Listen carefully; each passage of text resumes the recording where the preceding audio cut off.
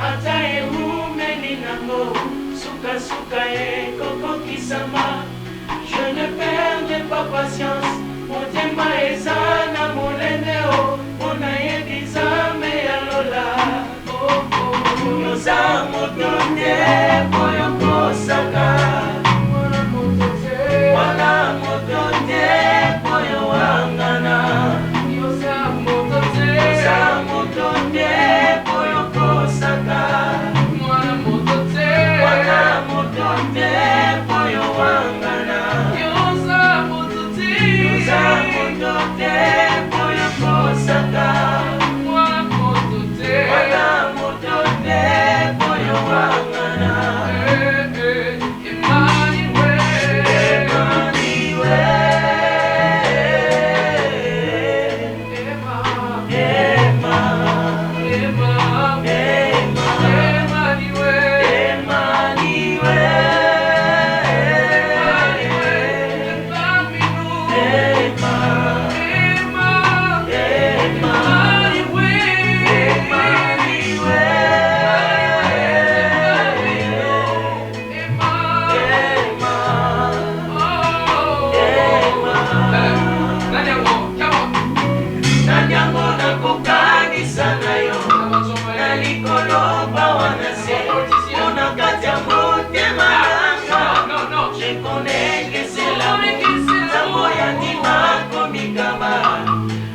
Pesa mobimba mokoto ya puka na nyonso yoza nyonso motu ya mama yoza nyonso motu ya nanga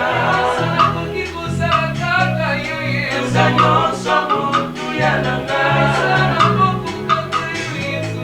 yoza nyonso motu ya nanga yoza nyonso motu ya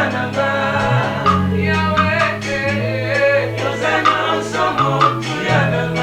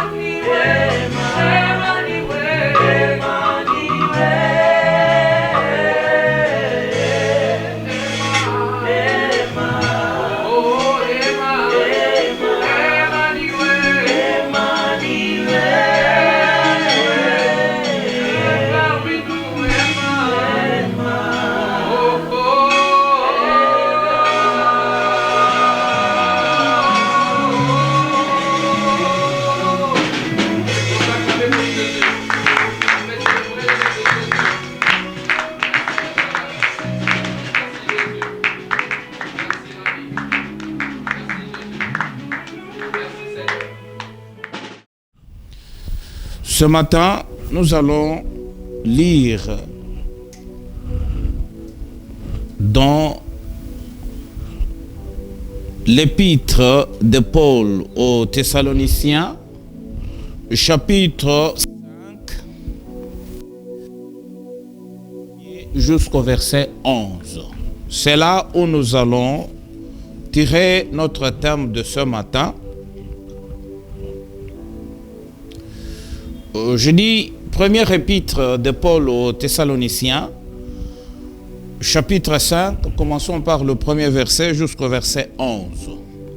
Pour ce qui est de temps et de moment, vous n'avez pas besoin, frères, qu'on vous en écrive, Car vous savez bien vous-même que le jour du Seigneur viendra comme un voleur dans la nuit.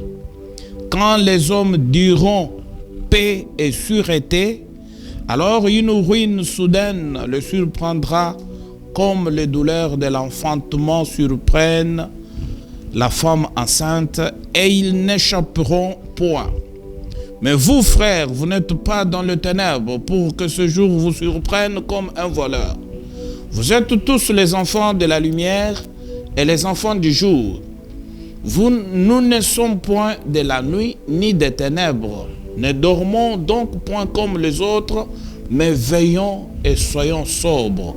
Car ceux qui dorment, dorment la nuit, et ceux qui s'enivrent, s'enivrent la nuit. Mais nous qui sommes du jour, soyons sobres, ayant revêtu la cuirasse de la foi et de la charité, ayant pour casque l'espérance du salut. Car Dieu ne nous a pas destinés à la colère, mais à l'acquisition du salut par notre Seigneur Jésus-Christ, qui est mort pour nous, afin que soit que nous veillions, soit que nous dormions, nous vivions ensemble avec lui. C'est pourquoi exhortez-vous réciproquement et édifiez-vous les uns les autres comme en réalité vous le faites.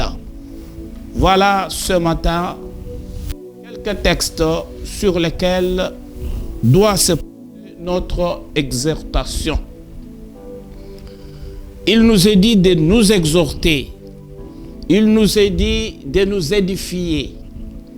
Ici, l'apôtre écrit aux Thessaloniciens en disant que, frères, le jour du Seigneur, vous n'êtes pas des ténèbres pour que vous soyez surpris. Comme les douleurs d'enfantement surprennent une femme enceinte. Et quand les hommes diront paix, sûreté, une soudaine destruction, une soudaine ruine le surprendront.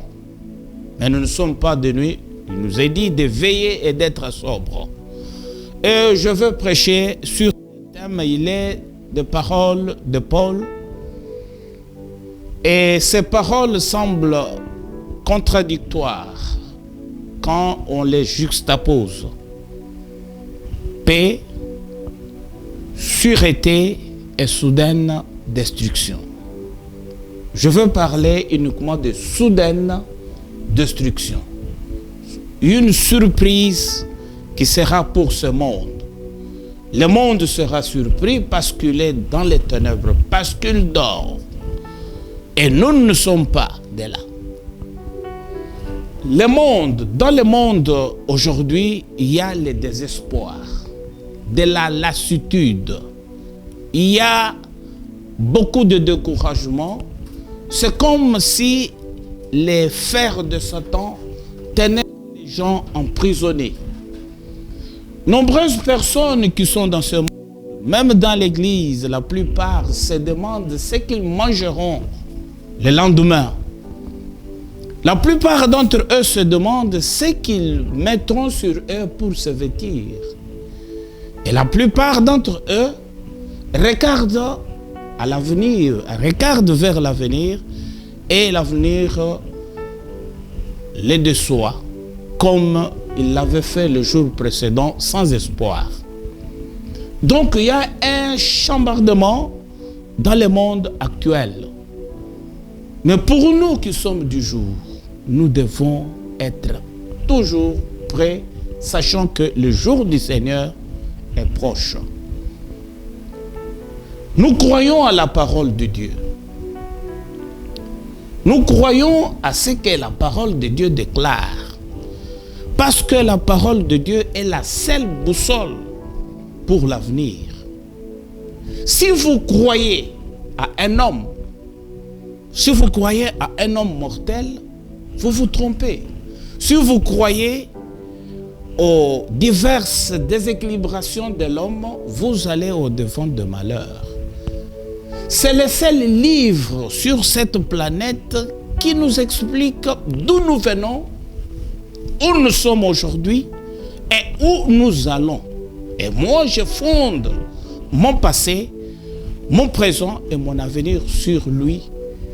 et je crois en sa vérité, car il le rend. Ce livre ne peut jamais se tromper. Il ne tremble jamais, il n'est pas secoué. Et Jésus a dit, pas un iota, ni trait de cette lettre ne passera. Que l'enfer crie, que le Satan crie, que les démons crient, que les incroyants crient, ce livre vit toujours. Comme il a dit, le jour du Seigneur est proche. Et les gens vont être surpris quand ils disent paix, sûreté, croyant qu'ils sont dans la sûreté, ils sont dans la paix. La paix, ils ont une tranquillité de l'esprit, tranquillité, la sûreté, ils savent qu'ils sont sans péril, ils sont sans crainte pour leur personne, parfois pour leur fortune ou même pour leur bien. Mais il est dit, il y aura une soudaine destruction, une soudaine ruine, une surprise de destruction que le monde ne s'attend jamais, parce qu'ils disent paix, sûreté. Et Paul nous dit, quand ils diront paix et sûreté, une soudaine destruction le surprendront. Voilà, c'est quelques mots que je vais essayer de décortiquer un peu. La parole de Dieu est la boussole qui nous montre l'avenir. Elle ne trompe jamais, elle n'est pas secouée. Même si Satan crie, même si les démons crient, même si les incroyants crient, il vit toujours. Les livres, c'est la vérité incomparable. Quelques-uns ont essayé de les détruire, ils n'ont pas pu. Ces livres vivent toujours. Et l'enlèvement de l'Église, c'est vraiment l'avènement pour l'avenir. Que dit Paul? Paul pas écrit aux Thessaloniciens, il dit, ainsi le Seigneur a un signal donné. À la voix de l'archange, au son de la trompette de Dieu, viendra lui-même. Et les gens, les personnes, les hommes qui sont morts en Jésus ressusciteront premièrement. Nous pouvons le lire dans 1 Thessaloniciens là, chapitre 4, au verset 16-18.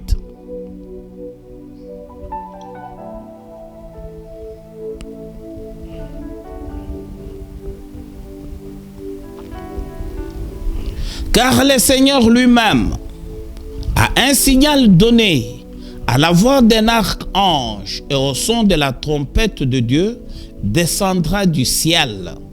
Le Seigneur viendra. Il descendra du ciel. Comme il l'a dit. Descendra du ciel. Et les morts en Christ ressusciteront premièrement. Frères et sœurs, vous allez mourir où? En dehors du Christ, pas de vie. Si vous croyez à un prophète, pas de vie. Parce que le prophète est mort, il n'est pas ressuscité. Nous avons un seul homme qui est mort et ressuscité. Et au monde, il n'y a qu'une seule tombe qui est vide. La tombe de Jésus. Il est ressuscité, il est vivant. Et les morts en Christ ressusciteront premièrement. Ensuite, nous les vivants qui serons restés, nous serons tous ensemble enlevés avec eux sur des nuées, à la rencontre du Seigneur dans les heures. Et ainsi, nous serons toujours avec le Seigneur. Nous serons toujours l'éternité. Sur cette terre, nous sommes des passagers, nous sommes des habitants temporaires. Nous avons notre cité. Jésus est allé nous préparer une cité. Il viendra nous prendre. Il dit, et le Seigneur lui-même a un signal donné à la voix de l'archange, au son de la trompette, descendra lui-même.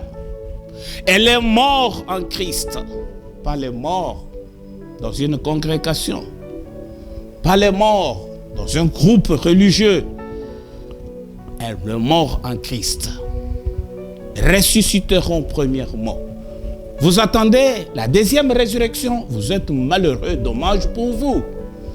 Il faut être ressuscité premièrement au son de la trompette quand le Seigneur descendra. Moi, j'attends avec joie l'enlèvement de l'Église. Je dis à tous ceux qui m'attendent, vous qui attendez, sachez très bien que Jésus revient. Il revient. Il vient bientôt. Vous qui êtes affamés, sachez bien que Jésus revient. Vous qui êtes riches, sachez bien que Jésus revient. Vous qui n'avez aucun espoir, sachez bien que Jésus revient. Il revient. Il vient bientôt, comme il a dit, que l'esprit et l'épouse disent, viens. Il vient. Et nous devons nous attendre. Nous ne devons pas nous endormir pour être surpris un jour avec une destruction soudaine. Ça sera catastrophique sur ce monde. Aujourd'hui, on se débat pour avoir de l'argent et autre chose. Mais un jour, on va jeter cet argent. On va jeter de l'or, on va jeter les dollars, on va les jeter. Parce qu'à un signal donné, et la Bible dit, comme l'éclair part de l'est jusqu'à l'ouest, de la même manière, le Fils de l'homme apparaîtra sur les nuées. Et ceux qui sont morts en Jésus ressusciteront premièrement. Et puisque vous ne croyez pas en Jésus, vous allez rester. Vous allez rester pendant longtemps. Et Jésus reviendra pour ne pas poser ses pieds sur cette terre, mais il se tiendra sur les nuées et enverra ses anges pour faire l'épouse, l'église de Dieu, pour l'amener avec lui. Il va enlever l'église. Et Satan va y rester, restera sur cette terre pour être enchaîné pendant 1000 ans. Et pendant 1000 ans, l'épouse et son époux seront dans la fête. Une fête de 1000 ans. Nous serons dans la fête. Et vous restez. Vous tendez à rester, vous dites que je vais m'habituer. Non. Vous n'aurez pas à vous habituer. Jésus a parlé, après l'enlèvement, il a parlé des tribulations, des détresses aussi plus grandes que le monde n'a jamais connues et ne connaîtra plus. Et puis vient la bataille d'Armageddon. Et Satan, pendant ce temps, il sera enchaîné. Nous connaîtrons l'âge d'or. Il n'y aura pas les tentateurs.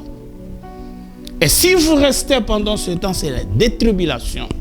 Après le départ de l'église, après l'enlèvement de l'église sera enlevée. Frères et sœurs, quand vous arrivez à l'église, soyez d'abord nés de nouveau. Soyez sûrs d'être le fils du royaume. Il viendra. Ceux qui sont morts en Christ, il dit, nous qui sommes encore, nous qui restons encore vivants, nous serons enlevés ensemble. Avec eux, ceux qui étaient morts, ressusciteront et nous serons toujours avec le Seigneur. L'éternité. Ici sur la terre, vous pouvez faire 100 ans, d'accord, ce n'est pas beaucoup. Est-ce que vous avez l'idée d'éternité? L'éternité, il n'y a pas la notion de temps. Il n'y a pas la notion de vieillesse. On ne vieillira pas. Jésus, depuis qu'il est parti, il est toujours un jeune garçon de 30 ans, de 33 ans. Mais vous vous contentez de rester sur cette terre. Cette terre sera détruite.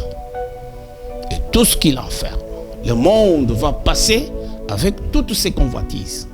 Seule la parole de Dieu restera éternellement. Et celui qui est ancré dans la parole, et s'il meurt dans la parole, c'est là qu'il sera ressuscité premièrement. Donc, Nous attendons l'enlèvement de l'Église. L'enlèvement de l'Église, c'est l'un des événements le plus grand de l'avenir. Et je veux bien parler d'abord du monde qui ne connaît pas Dieu, qui ne croit pas en Jésus. Si vous croyez à un homme, si vous croyez à un prophète, vous êtes le plus malheureux, frères et sœurs. Il est temps de vous repentir, de tourner vers les ténèbres. Dieu nous dit qu'il nous aime. Si vous êtes même dans n'importe quelle souffrance, Dieu dit, je vous aime. Dieu a tant aimé le monde. Notre espoir ne peut jamais résider dans un gouvernement de ce monde. Notre espoir ne peut jamais résider dans un homme. Croyez en Dieu. Croyez en Dieu, car Jésus revient bientôt. Votre espoir, c'est Jésus. Jésus va venir. Il va venir, c'est ça notre espoir. Qu'on mange, qu'on marche à pied, qu'on ait de la fortune, nous espérons le jour glorieux de notre Seigneur. Il apparaîtra et tout œil le verra. Même ceux-là qui lui avaient percé la côte, ils le verront. Donc nous devons avoir notre espoir en Jésus-Christ. Il viendra bientôt. Et je veux parler de ce monde. Le monde ne croit pas. Et quand nous parlons de l'enlèvement, les autres ne croient pas. Ils ne croient pas totalement. Jésus, après avoir parlé de l'enlèvement, il a parlé de tribulation, de détresse aussi grande que le monde n'a jamais connue et ne connaîtra jamais. Il viendra des tribulations sur cette terre. Il y aura des temps difficiles. Et plusieurs événements caractérisent ces événements qui sont éminents et qui auront lieu bientôt. Jésus va venir. Qu'est-ce qui vous distrait sur cette terre? L'enlèvement peut avoir lieu ce soir. L'enlèvement peut avoir lieu demain matin. Mais s'il tarde un mois, s'il tarde même 10 ans, 20 ans, moi je vais travailler jusqu'à son retour. Plusieurs choses caractérisent cet événement qui s'approche d'une manière terrifiante. Les mots clés. Les textes emploient les mots paix, sûreté. Et l'apôtre Paul écrit, quand les hommes diront paix, sûreté, une soudaine destruction. Une destruction massive que le monde n'a jamais connue les surprendront. Pendant qu'ils mangent, qu'ils font tout, une destruction soudaine les surprendra. Mais Jésus dit, pendant ce temps, soyez éveillés. Soyez éveillés, soyez sûrs, soyez sobres, veillez. Soyez toujours à l'attente de notre Seigneur parce qu'il doit toujours venir comme il l'a dit. Vous devez être sur vos gardes pour être enlevés. Et je disais que les mots que Paul a utilisés, les textes emploient paix, sûreté et soudaine destruction. Et ces paroles sont devenues courantes sur cette planète. Sont devenues courantes sur cette planète. Paix, sûreté. Nous cherchons la paix. Nous cherchons la sûreté. Nous voulons être sans péril. Nous voulons être sans crainte. Et le monde s'organise de toutes les manières. Pour être en paix, pour être en sûreté. Et l'on pense qu'il est capable de résoudre le problème avec sa propre intelligence. L'homme pense qu'il est capable, par son propre intelligence, de résoudre tous les problèmes qui assaillent l'humanité et trouver l'issue aux problèmes qu'il connaît. Il se trompe. Et que dit Jésus? Jésus dit, le jour du Seigneur, le jour des fils de l'homme, il en sera comme le jour du Noé. Il en sera comme du temps de Noé. Les hommes mangeaient, buvaient, les hommes se mariaient et mariaient leurs enfants. Ils vivaient dans la prospérité. Ils vivaient dans la prospérité. Et tenez maintenant le mot paix, sûreté, prospérité. La prospérité comme au jour de Noé. Ils vivaient dans cette prospérité-là. Jusqu'à ce que Noé entre dans l'arche. Il y a eu deux moqueurs qui disaient, est-ce qu'il peut y avoir une rivière, un lac, ou bien un océan où l'on peut mettre cette arche? Il y a eu deux moqueurs. Jusqu'à ce que Noé est entré. Même un caméléon s'est dirigé et les hommes étaient restés en train de danser dans des boîtes de nuit, en train de manger, en train de se marier, en train de faire leurs anniversaires. Et ils ont été surpris par la pluie. La pluie a tombé pendant 150 jours. Et le Seigneur dit, il en sera comme du temps de Noé. Ils mangeaient, ils disaient la paix, ils étaient dans la sûreté, ils buvaient, ils allaient dans des boîtes de nuit. Ils étaient tout au long de route en train de boire. Les petits du quartier. Ils mangeaient, ils prenaient tout. Jusqu'à ce qu'ils sont surpris. Ça sera le même cas au jour du Fils de l'homme. Il en viendra de la même manière. Frères et sœurs, il faudra maintenant une très grande consécration pour garder la foi pour l'enlèvement. Et le jour du Seigneur, et le retour du Seigneur sur cette terre, il nous faudra avoir une très grande foi pour résister aux moqueurs. Parce qu'il y aura des moqueurs. Ceux qui aiment le monde, ceux qui veulent, les mondains qui veulent ce monde, vont toujours se moquer. Une fois, quand on va parler du retour du Christ, ils vont se dire, où est cette promesse-là? Lisons un peu dans 1 Pierre.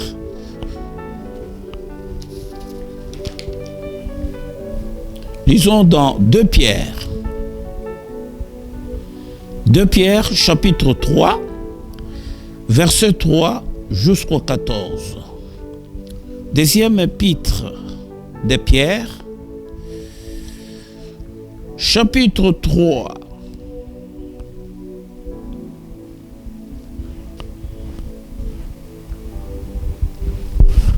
chapitre 3,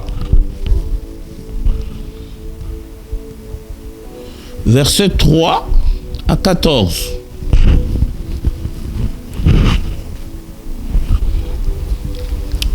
Enseigné par vos apôtres, sachant avant tout que dans les derniers jours, il viendra des moqueurs, avec leurs railleries, marchant selon leur propre convoitise. Ceux qui marchent selon leur propre convoitise vous diront que vous perdez le temps. Vous êtes un villageois parce que vous ne voulez pas vous réjouir pendant votre vie. Les jeunes disent souvent, laisse-moi faire ma vie. Donc les moqueurs viendront avec leur raillerie dans les derniers jours. On parle toujours dans les derniers jours. Il viendra de mon cœur avec leur raillerie, marchant selon leur propre convoitise, et disant, où est la promesse de son avènement? Car depuis que les pères sont morts, tout demeure comme dès le commencement de la création. Ils veulent ignorer en effet que des cieux existèrent autrefois par la parole de Dieu, de même qu'une terre tirée de l'eau est formée au moyen de l'eau, et que par ces choses le monde d'alors périt, submergé par l'eau du temps de Noé. On fait référence à ces temps-là. Ils oublient. Il fait abstraction que le monde où nous vivons a été submergé par l'eau. Et les hommes de ce temps-là périrent tous. Et que ces choses, et que par ces choses, le monde d'alors périt submergé par l'eau, tandis que par la même parole, la parole que vous attendez pour vous exhorter ce matin, les cieux et la terre dans présent, écoutez frères et sœurs, le ciel que nous voyons aujourd'hui, la terre sur laquelle nous posons nos pieds, le ciel et la terre dans présent sont gardés et réservés pour le feu. Alléluia. Suivez bien ça. J'aimerais que vous y pensiez un peu. La terre sur laquelle nous habitons aujourd'hui et les cieux que nous regardons sont gardés et réservés pour le feu. C'est la parole de Dieu qui est la vérité qui annonce. C'est la parole qui déclare. Ici où nous sommes, cette terre où nous vivons maintenant, cette terre est gardée. Même si vous construisez un building, un grand immeuble, ça ne sert à rien, mon frère, d'oublier. Je suis dans la sécurité, je suis dans la paix. Mais sachez bien que là où vous êtes, là où vous avez construit, là où vous vivez, cette terre et les ciels que vous voyez, les étoiles, le soleil, sont réservés pour le feu, pour le jour du jugement et de la ruine des hommes impies. Pour le jour du jugement, il y aura un jugement, il y aura une destruction massive. Le monde sera détruit en un clin d'œil, les hommes impies. Pas tout le monde, mais les impies. Ceux qui ne croient pas en Jésus.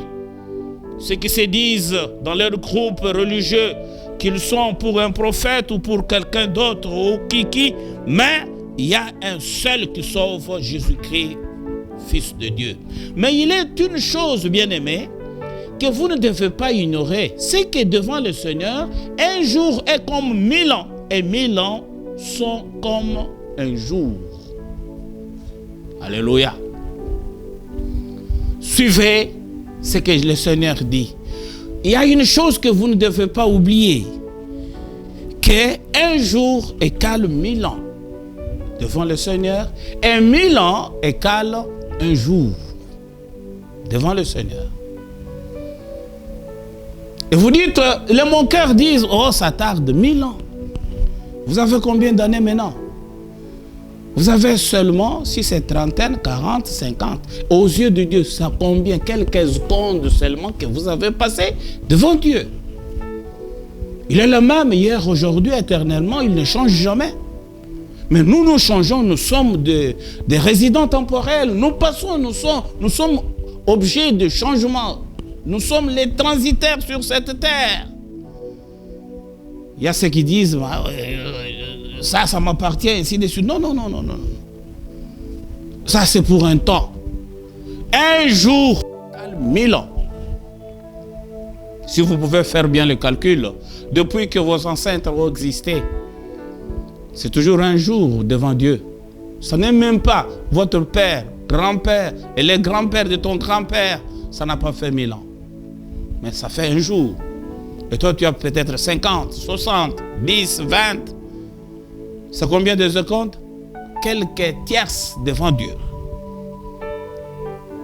Vous ne pouvez pas ignorer cela, frères et sœurs. Pour dire que ça tarde, il y a une chose que vous ne devez pas ignorer. Bien-aimés, que vous ne devez pas ignorer, c'est que devant le Seigneur, un jour est comme 1000 ans et 1000 ans sont comme un jour. Le Seigneur ne tarde pas dans l'accomplissement de la promesse. Comme quelques-uns les croient, mais ils usent de patience envers vous, ne voulant pas qu'aucun périsse, mais voulant que tous arrivent à la repentance. Cette exhortation ce matin vous appelle à la repentance. Repentez-vous.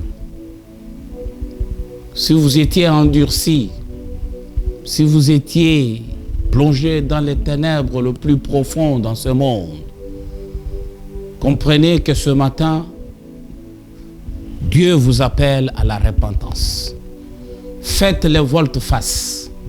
Tournez votre dos là où vous vous dirigez. Tournez directement. Faites le volte-face. Regardez vers le Seigneur. Tournez contre les ténèbres. Et regardez à la lumière pour être accueillis par le Seigneur.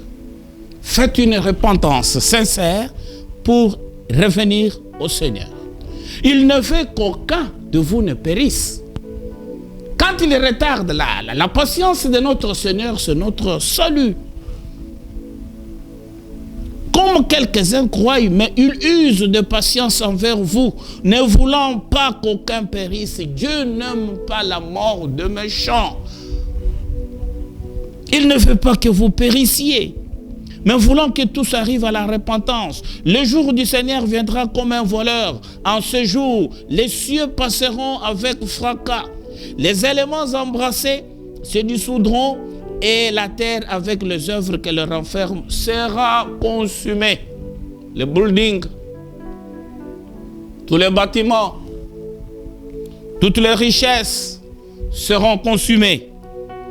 Puis donc puisque toutes ces choses doivent se dissoudre, quelles ne doivent pas être la sainteté de votre conduite et votre piété, sachant tout cela, que le monde où nous habitons, que tout ce que nous avons comme fortune, la prospérité que nous chérissons tant, la paix que nous voulons, la liberté que nous avons besoin, tout cela sera consumé. Sachant tout cela, quelle devrait être votre sainteté et votre piété? Tandis que vous attendez et hâtez l'avènement du jour de Dieu, à cause duquel les cieux enflammés se dissoudront et les éléments embrassés s'effondreront, mais nous attendons. Nous attendons.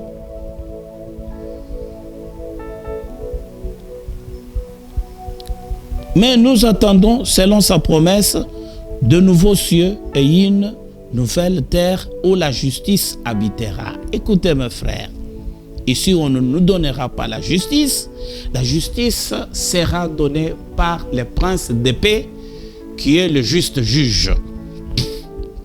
C'est pourquoi, bien-aimés, en attendant ces choses, appliquez-vous à être trouvés par lui sans tache, irrépréhensible, dans la paix. Voilà, mes frères, mes sœurs, comprenez ce qu'il dit. Je disais bien qu'il nous faudra une très grande consécration. Il va falloir pour nous une grande foi pour résister aux moqueurs. Dans les derniers jours, les moqueurs viendront avec leurs railleries, disant où est la promesse? Où est sa promesse? Où est ce Jésus dont vous parlez? Avec leur convoitise, ils vont vous entraîner. Comme nous l'avons dit la fois passée, le problème de chrétiens, c'est seulement le monde, l'esprit du monde. Le monde avec tous ses attraits, le monde avec toute sa puissance, avec toute sa gloire, avec toute sa beauté, essaye d'atteindre les enfants de Dieu. Quiconque aime le monde se fait ennemi de Dieu. Vous devez veiller. Quand le temps passe, c'est Dieu qui use la patience. Ce que nous vivons actuellement, je disais que le monde, l'humanité court à son malheur. Pensons, croyant peut-être qu'il va résoudre le problème qui assaille le monde actuellement. Nous allons réussir. Nous allons réussir. Nous trouverons comment? Nous allons trouver les vaccins. Mais ça, c'est une alarme. C'est un signal très fort pour le monde, pour les croyants, pour les chrétiens, que Jésus vient bientôt. Depuis que nous sommes sur cette terre, on n'a jamais vu le monde en arrêt comme aujourd'hui. Tout est en arrêt. On parle de pandémie partout. C'est la nouvelle que nous avons à la télévision. C'est la pandémie, la pandémie. Coronavirus. Avec leur intelligence, est-ce qu'ils ont trouvé le médicament? Est-ce qu'ils ont trouvé le vaccin comme ils le prétendent? C'est une sonnerie d'alarme pour le monde, pour le monde incrédule et pour les croyants, pour les chrétiens, afin de se repentir et revenir au Seigneur avec toute sincérité. Sachant que le monde, la terre que nous habitons, sera consumé, quelle devrait être notre sainteté et notre piété, tout en attendant l'avènement de notre Seigneur. Nous devons nous attendre à recevoir le Seigneur. Il viendra nous prendre. Quand il vient, c'est pour vous. Il va essuyer toutes nos larmes. Ici, nous n'avons jamais eu la paix. Il va nous enlever pour nous mettre dans la paix, dans la justice, dans la sécurité qui ne changera jamais. Ici, tout est soumis au changement. Le monde change d'un moment à l'autre. Les hommes changent d'un moment à l'autre. Mais il y a un seul qui ne change pas, la parole de Dieu, Jésus-Christ, Fils de Dieu. Que nous devons croire. Il dit qu'il vient bientôt. Quelle devrait être votre sainteté? Et Jésus dit, il a donné le parabole en disant que l'homme avait donné une invitation aux conviés de venir dans la fête de noces.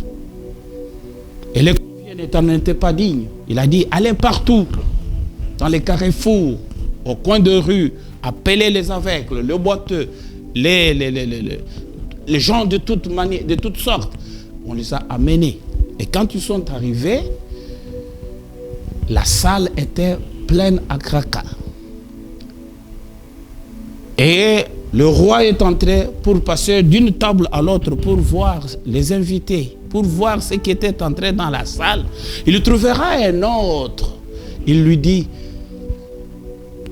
mon ami, tu es entré ici sans avoir le vêtement de noces. Et celui-là était resté bouche fermée, bouche bée. Le Seigneur lui dit, liez-les. Jetez-les dehors, où il y a les ténèbres et les grincements dedans. Si vous n'êtes pas vêtus, quel est ce vêtement? Quel est ce vêtement pour accueillir l'époux? L'épouse est en... On est en train de le vêtir d'un vêtement que l'époux cherche à trouver au jour des noces. C'est quel vêtement? Le vêtement des noces. C'est le fin, l'éclatant, pur. C'est les œuvres justes des saints. Voilà ce que vous devez avoir. Quand vous êtes dans l'église, si vous êtes indifférent, c'est frère, je te exhorte, je te supplie de revenir dans votre conscience. Que vous ne soyez pas surpris comme les autres. Ne soyez pas surpris à la même fois que le monde. Parce qu'ils seront surpris en disant paix, sûreté, une soudaine destruction les atteindra comme le douleur d'enfantement surprenne une femme enceinte. Pour nous, nous devons être toujours prêts. Nous devons être toujours prêts pour recevoir notre Seigneur. Voilà mes frères et sœurs. J'aimerais que vous compreniez un peu cela.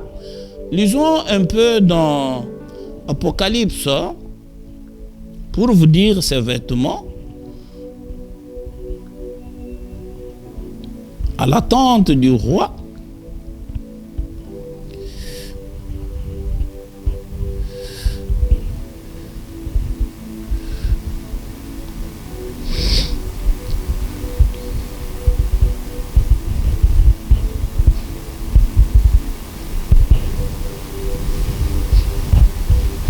Réjouissez-nous. C'est dans Apocalypse, chapitre 19, verset 7. Réjouissons-nous et soyons dans l'allégresse. Et donnons-lui gloire, car les noces de l'agneau sont venues. Vous voyez les événements, plusieurs choses caractérisent ces événements. Les noces de l'agneau sont venues et son épouse s'est préparée. Vous, l'épouse, l'église, est-ce que vous êtes préparés? Ou bien vous vous apprêtez toujours à aller à Poto, aller en Amérique, aller partout. Même les Américains, ils doivent être prêts pour recevoir l'époux. Et il lui a été donné de se vêtir d'un fin lin, éclatant, pur, car le fin lin, ce sont les œuvres justes des saints. Et l'ange me dit, écrit, heureux ceux qui sont appelés au festin des noces de l'agneau. Et il me dit, ces paroles sont les véritables paroles de Dieu. Voilà la vérité. Voilà ce que vous devez connaître, mes frères et sœurs. Tout en mangeant, tout en vous enrichissant, tout en faisant n'importe quoi, sachez que les noces de l'agneau sont venues, sont prêtes. Vous voyez le temps, il y a plusieurs choses qui caractérisent ces choses. Et nous devons, l'épouse est préparée à se vêtir d'un vêtement de fin lin, éclatant, pur, pour recevoir, pour accueillir le roi.